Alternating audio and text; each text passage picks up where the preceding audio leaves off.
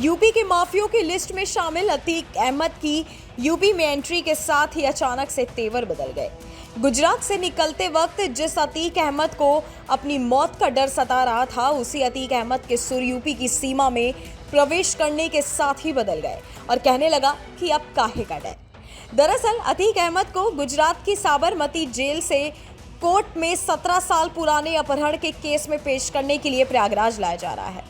Police सूत्रों और media reports के मुताबिक अतीक का चेहरा गुजरात से निकलते वक्त देखने लायक था। उसके चेहरे के हाव भाव एकदम उड़े हुए थे। जेल से निकलते वक्त अतीक ने कहा था कि उसे कोर्ट के कंधे पर बंदूक रखकर मारना चाह रहे हैं। अतीक को भी यूपी के सीएम योगी आदित्यनाथ की वो गाड़ी पलटने वाली चेतावनी की याद दिला दी गई तो उसके और ज्यादा पसीने छूट गए। उसे अपने एनकाउंटर का डर सता रहा था, क्योंकि उसे एनकाउंटर में मारे गए बिकरू कांड के आरोपी विकास दुबे की घटना का हवाला दिया गया था। उसे लग रहा था कि विकास की तरह ही कहीं उसकी गाड़ी भी ना पलट जाए और उसका एनकाउंटर कर दिया जाए।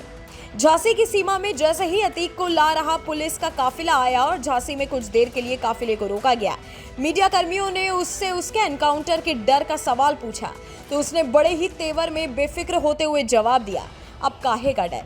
इससे पहले एमपी के शिवपुरी इलाके के पास जब अतीक की गाड़ी किसी जानवर से टकराई तो भी उसकी और उसके परिवार की धड़कनें बढ़ गई थी। उनके एनकाउंटर का डर बढ़ गया था। अतीक की बहन काफिले के साथ साथ आ रही है, ऐसे में वो भी बहुत डरी हुई है।